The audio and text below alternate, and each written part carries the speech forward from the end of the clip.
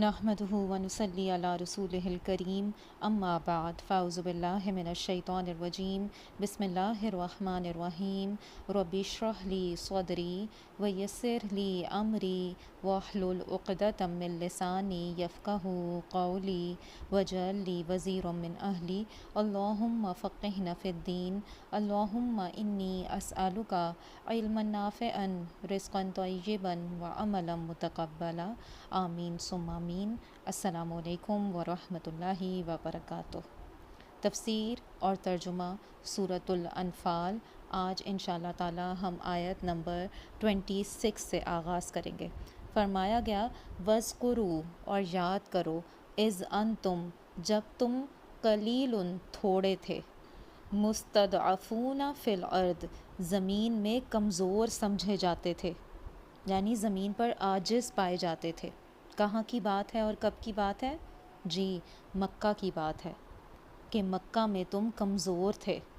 تخافون تم ڈرتے رہتے تھے، کس بات سے؟ ان یتخطفکم الناس کہ اچک لیں گے تم کو لوگ۔ فآواکم تو پھر اس نے تم کو پناہ دی، ٹھکانہ دیا تمہیں۔ وَأَيَّدَكُمْ اور اس نے تمہاری تائید کی، تم کو قوت دی، بِنَصْرِهِ اپنی مدد سے۔ وَرَزَقَكُمْ اور اس نے رزق دیا تم کو، مِنَ الطَّيِّبَاتِ پاکیزہ چیزوں سے، لَعَلَّكُمْ تَشْكُرُونَ تاکہ تم شکر ادا کرو۔ گویا اس آیت میں اہل ایمان کو نعمتیں یاد کرائی جا رہی ہیں۔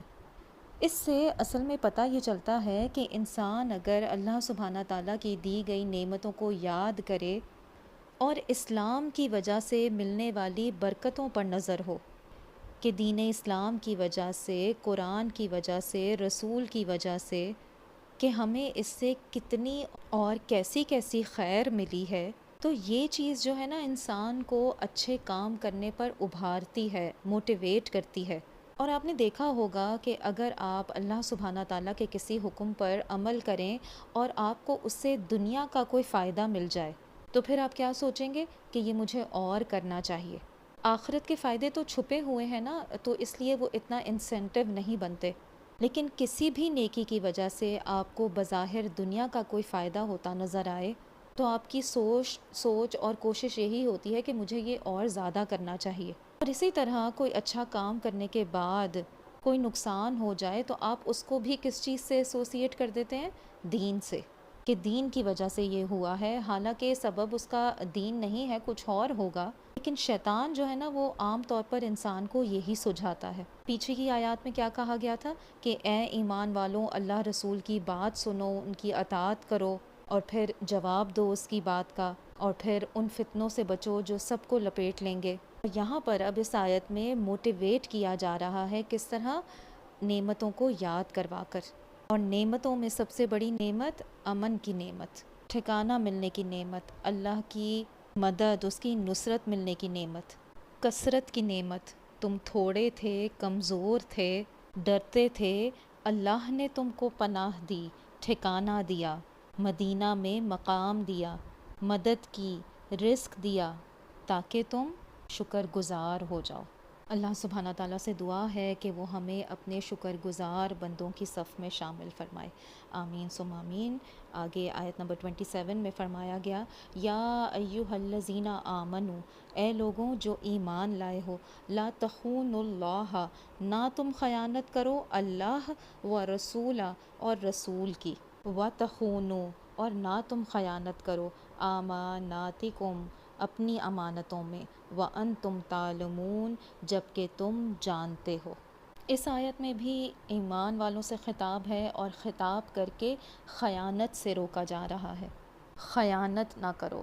خیانت کا لفظ خے واو نون سے ہے، خون۔ خون کا لفظی معنی ہوتا ہے کمی کرنا۔ اس کو اچھی طرح یاد کر لیجئے۔ خیانت کیا ہوئی پھر؟ کمی کرنا۔ اور پورا کرنے کے لیے کیا لفظ آتا ہے؟ وفا۔ وفا پورا کرنے کو کہتے ہیں، اور خیانت کمی کرنے کو۔ تو کیا فرمایا گیا یہاں پر؟ لا تخونوا اللہ و رسولہ، کہ نہ خیانت کرو اللہ سے اور اس کے رسول سے۔ تو اس کا کیا مطلب ہوا؟ اس سے مراد یہ ہے کہ اللہ کی عائد کردہ فرائض میں کمی نہ کرو، یعنی اللہ تعالیٰ نے جو باتیں ہم پر لازم کی ہیں ان میں کمی نہ کی جائے۔ مثلاً نماز، اب نماز ادا کی جائے تو اس کے رکوع، سجود اور جو بھی اس میں کرنے کو کہا گیا ہے اس کو پوری امانت کے ساتھ پورا ادا کیا جائے۔ یاد رکھیے نماز کی چوری بدترین چوری ہے، اور نماز کی چوری کیا چیز ہے کہ رکوع اور سجدے پورے نہ کرنا، جلدی جلدی کرنا۔ وضو میں خیانت کیا ہوگی کہ جو اعضاء دھونے فرض ہیں ان میں سے کوئی خشک رہ جائے، ان کو پورا پراپر طریقے سے دھویا نہ جائے۔ زکوٰۃ میں خیانت کیا ہوگی کہ حساب کے ساتھ نہ دینا اور پوری ادا نہ کرنا یا اس میں لاپرواہی برتنا، اور اسی طرح باقی احکامات بھی، یعنی جن کو پوری سنجیدگی کے ساتھ جس طرح سے مکمل طریقے سے کرنے کو کہا گیا ہے ویسے نہ کرنا، یہ اللہ سبحانہ تعالیٰ کے ساتھ خیانت کرنا ہے۔ پھر رسول کے ساتھ خیانت کرنا کیا ہے کہ آپ کی سنتوں کی صحیح پیروی نہ کرنا۔ مثلاً غسل جنابت کیا ہے؟ فرض ہے۔ اب اگر کوئی شخص غسل بھی کر رہا ہے اور پوری طرح سے اپنے جسم کو نہیں دھو رہا، اسی طرح جو بھی اور چیزیں آپ صلی اللہ علیہ وسلم کی سنت سے ثابت ہیں ان کاموں میں کوتاہی، کمی اس طریقے سے نہ کرنا جس طرح سے کرنے کا حکم دیا گیا ہے، ان میں سستی کرنا، یہ سب رسول سے خیانت کرنا ہے۔ پھر اس کے بعد آپس میں خیانت کرنے سے کیا مراد ہے؟ یعنی آپس میں ایک دوسرے کے حقوق ادا نہ کرنا، عدل کرنا، انصاف کرنا، ہر صاحب حق کو اس کا حق دینا، کسی کے حق میں کمی نہ کرنا۔ اگر ان چیزوں میں کمی کوتاہی کی جائے گی تو یہ خیانت ہوگی۔ اسی طرح مالی معاملات میں خیانت، گفتگو میں خیانت اور زندگی کے ہر معاملے میں خیانت ہو سکتی ہے، جس سے کسی دوسرے کے حق میں جو ہم پر لازم آتا ہے اس میں کمی کی جائے۔ مثلاً دھوکہ کیا ہے؟ یہ بھی خیانت کی ہی ایک قسم ہے۔ اسی طرح کسی نے ہم سے راز کی کوئی بات کہی تو وہ ہمارے پاس کیا ہے؟ اس کی امانت ہے، اس کو کسی اور کو بتا دینا، اس کا ڈھنڈورا پیٹ دینا، یہ اس میں خیانت کرنا ہے۔ تو یہاں پر اس آیت میں کہا یہ جا رہا ہے کہ اے ایمان والوں، اللہ اور رسول اور آپس میں ایک دوسرے کے ساتھ خیانت مت کرو، یعنی جو کچھ کرنے کو جیسے کہا گیا ہے ویسے کرو، ان میں کمی نہ کرو۔ اب آپ دیکھیں کہ خیانت کا اپوزٹ کیا ہے؟ امانت۔ امانت کا کیا معنی ہوتا ہے؟ حفاظت کرنا۔ بیسیکلی جیسے خیانت کا مطلب کمی کرنا ہے، امانت کا مطلب حفاظت کرنا ہے، پورا کرنا ہے۔ اللہ کے حقوق کی حفاظت اور بندوں کے حقوق کی حفاظت، اور ہمیں جو کچھ ملا ہے، جو نعمتیں ہمیں اللہ تعالیٰ کی طرف سے ملی ہیں، ان نعمتوں کی بھی حفاظت۔ مثلاً اپنے کانوں کی حفاظت، اپنی آنکھوں کی حفاظت، اپنی زبان کی حفاظت، اپنی صحت کی حفاظت، اپنے دل کی حفاظت، سوچوں کی حفاظت، آنکھوں کی خیانت سے بچنا۔ فرمایا گیا نا کہ وہ جانتا ہے آنکھوں کی خیانت کو اور جو دل چھپاتے ہیں۔ آپ صلی اللہ علیہ وسلم جب بھی خطبہ فرماتے تھے تو کہا کرتے تھے کہ اس شخص کا ایمان ہی نہیں جس میں امانت کا پاس نہیں، جو امین نہیں، جو حفاظت کرنے والا نہیں۔ پھر اسی طرح امانت میں اپنی بات کی حفاظت کرنا، یعنی جو عہد، جو وعدہ کسی سے کیا ہے اس کو پورا کرنا، کوئی معاہدہ کیا ہے، کوئی کانٹریکٹ کیا ہے، کسی کے ساتھ کوئی مالی لین دین کیا ہے، تو ان تمام چیزوں کی حفاظت جو ہے وہ امانت کہلاتی ہے۔ آپ دیکھیں کہ عام طور پر ہم کس چیز میں خیانت کرتے ہیں۔ آپ دیکھیں کہ یہ اللہ کا حکم ہے، کہا جا رہا ہے ایمان والوں سے کہ لا تخون اللہ و رسولہ، اے ایمان والوں خیانت نہ کرو۔ گویا یہ ایمان کا تقاضا ہے کہ خیانت نہ کی جائے، کمی نہ کرو، جو کہا جا رہا ہے اس کو پورا کرو۔ تو ہم کہاں کہاں کمی کر جاتے ہیں؟ فرائض کی ادائیگی میں، کوئی ڈیوٹی پوری کرنے میں، اگر ہمیں کوئی کام کرنے کو کہا گیا ہے، کوئی ڈیوٹی دی گئی ہے، کسی بات کو، کسی کام کو پورا کرنا لازم ہے، تو وہ بندوں کے ڈر سے نہیں کہ کوئی ہمارے سر پر کھڑا رہے تو ہم نے یہ کرنا ہے، وہ سر پر نہیں ہے تو ہم اس کام کو چھوڑ دیں، نہیں، کسی کو پتہ نہیں چل رہا تو ہم وہ کام کر لیں اور نہ کریں۔ یہی تو دھوکہ ہے، یہی وہ باتیں ہیں جو زندگی بخشنے والی ہیں۔ اگر کوئی شخص اپنی تمام اللہ تعالیٰ کے تمام احکامات کو پورا کرتا ہے، تمام فرائض ادا کرتا ہے، ان میں خیانت نہیں کرتا ہے، تو اس کا نتیجہ کیا ہوگا؟ اللہ تعالیٰ اس کے دل کو اور تقویت بخشے گا اور آگے بڑھائیں گے، نیکی کے کاموں کا اور شوق پیدا ہوگا اور عزائم بلند ہوں گے، جذبے پختہ ہوں گے، ہمت اور طاقت بھی اللہ سبحانہ تعالیٰ کی طرف سے ہوگی اور اللہ کی تائید بھی ہوگی۔ یاد رکھیے کہ ہر نعمت امانت ہے، خواہ وہ علم ہے، وہ وقت ہے، وہ آپ کا کوئی ہنر ہے، آپ کی کوئی صلاحیت ہے، آپ کا جسم، آپ کا مال، کچھ بھی، ان سب چیزوں کی حفاظت، اور حفاظت کا مطلب یہ نہیں کہ آپ ان کو بچا کر کہیں بند کر کے رکھ دیں، ان کا صحیح استعمال کیا جائے۔ جیسے علم کا صحیح استعمال کیا ہے کہ خود بھی عمل کریں اور دوسروں تک بھی پہنچائیں۔ اسی طرح دل کو صاف بھی رکھا جائے، دوسروں کو معاف بھی کیا جائے اور دل میں اللہ کی محبت کو غالب رکھا جائے۔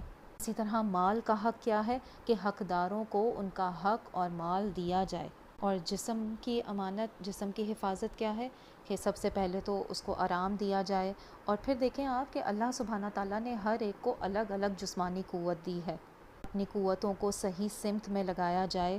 جس کو جو قوت دی گئی ہے اگر وہ اس کو اصلاح کے کاموں میں لگائے تو یہی اس کا حق ادا کرنا ہے۔ اسی طرح صدقات میں امانت کیا ہے کہ اسے اس کے صحیح حقداروں تک پہنچایا جائے۔ تو آپ دیکھیں کہ امانت کا تعلق زندگی کے ہر شعبے سے ہے، حتیٰ کہ کھانا پکانے سے، یعنی دنیا کے جو آپ کام کر رہے ہیں نا ان میں بھی، مثلاً آپ کوئی بزنس کر رہے ہیں اس سے بھی اس کا تعلق ہے، جس چیز کے آپ پیسے لے رہے ہیں، جو آپ کی کمٹمنٹ ہے اس کو پورا کیا جائے۔ اللہ سبحانہ تعالیٰ سے دعا ہے کہ وہ ہمیں امین بنائے، امانتوں کا پاسدار بنائے، امانت دار بنائے اور ہر قسم کی خیانت سے بچائے، آمین ثم آمین۔ اس کے بعد اگلی آیت، آیت نمبر 28 میں فرمایا گیا وَاعْلَمُوا، اور جان لو، انما بے شک، اموالکم، مال تمہارے، و اولادکم، اور اولاد تمہاری، فتنۃ، آزمائش ہیں۔ فتنہ کس کو کہتے ہیں؟ آزمائش کو۔ بیسیکلی سونے اور چاندی کو آگ پر تپا کر کھرا کھوٹا الگ کرنا، اس کے لیے یہ لفظ استعمال ہوتا ہے فتنہ۔ فتنے کو پھر آزمائش کا نام دیا گیا، اور آزمائش کیا ہے؟ امتحان۔ کیونکہ امتحان کیا کرتا ہے؟ کھرا کھوٹا الگ کر دیتا ہے، انسان کی قابلیت کی پہچان ہو جاتی ہے۔ امتحان نفس پہ بہت بھاری بھی ہوتا ہے۔ بیسیکلی ہر آزمائش جو ہے وہ انسان کے لیے ایک بوجھ ہوتی ہے۔ تو کیا فرمایا جا رہا ہے کہ جان لو کہ بے شک تمہارے مال اور تمہاری اولاد تمہارے لیے آزمائش ہے۔ آپ دیکھیں کہ عام طور پر انسان خیانت کن کے لیے کرتا ہے؟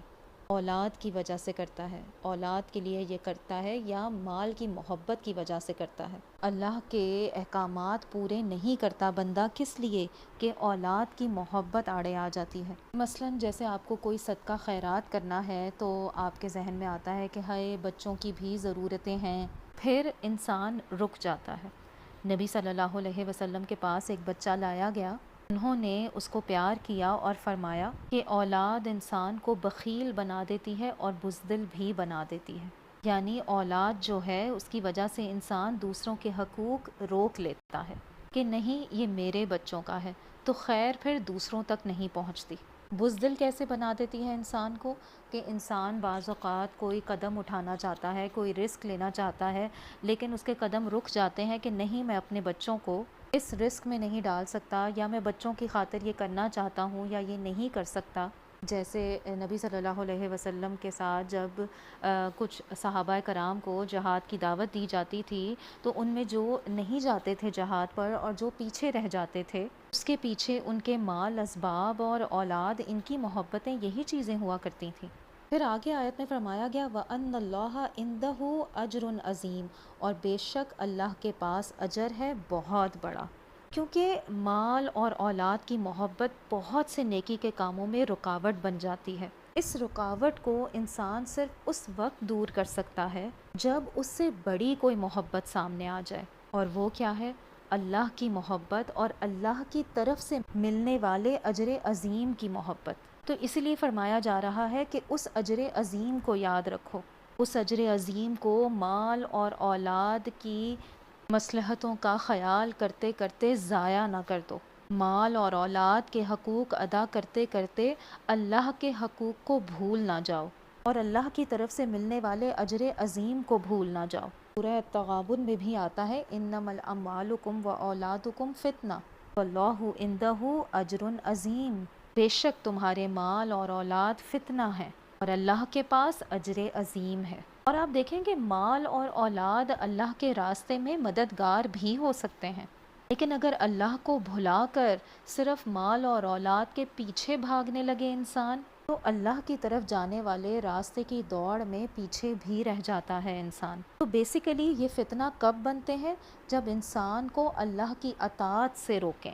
یہاں تک بھی کہا گیا قرآن میں کہ اے لوگوں جو ایمان لائے ہو، بے شک تمہاری بیویاں اور شوہر، ازواج کا لفظ استعمال ہوا ہے، دونوں کے لیے آتا ہے، اور تمہاری اولاد تمہاری دشمن ہے۔ من ازواجکم کا لفظ آیا ہے، یعنی سارے نہیں، بعض۔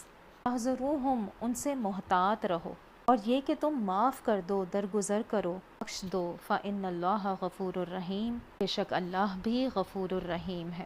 یعنی آپ دیکھیں کہ قرآن میں ایک جگہ ان کو فتنہ کہا گیا تو دوسری طرف ان کو دشمن کہا گیا، یعنی بعض اوقات ان کی محبت بیسیکلی اپنے ساتھ دشمنی ہو جاتی ہے۔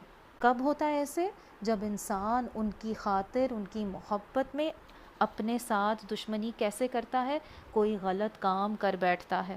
اور بہت سے لوگ مال کی وجہ سے، اپنے کاروبار کی وجہ سے نمازوں کو بھولے بیٹھے ہوتے ہیں، زکوٰۃ، خیرات، صدقات کو بھولے بیٹھے ہوتے ہیں۔ اور اگر دیکھا جائے نا تو انسان کی زندگی میں یہی دو سینٹر پوائنٹ ہیں، اولاد اور مال۔ انہی کے پیچھے انسان اپنی پوری زندگی کھپا دیتا ہے۔ یہ دو چیزیں ایسی ہیں کہ جن سے فراغت نہیں، اور ان سے فراغت ہو تو پھر دین کی طرف آئیں اور اسے سمجھیں۔ یہ رکاوٹیں بن جاتی ہیں، اسی لیے انہیں آزمائش کہا گیا۔ اللہ سبحانہ تعالیٰ سے دعا ہے کہ وہ ہمیں اپنے تمام حقوق اور فرائض بہترین طریقے سے ادا کرنے والا بنائے، ہمیں امانتوں کا پاسدار بنائے، ہمیں امین بنائے، ہمیں ہر قسم کی خیانت سے بچائے، ہماری اولادوں کو اور مال کو اپنے دین کے رستے میں بہترین طریقے سے استعمال کرنے والا بنائے، اسے ہمارے لیے آزمائش اور فتنہ نہ بنائے، بلکہ ہمارے دین کے رستے میں آسانیاں پیدا کرنے والا بنائے۔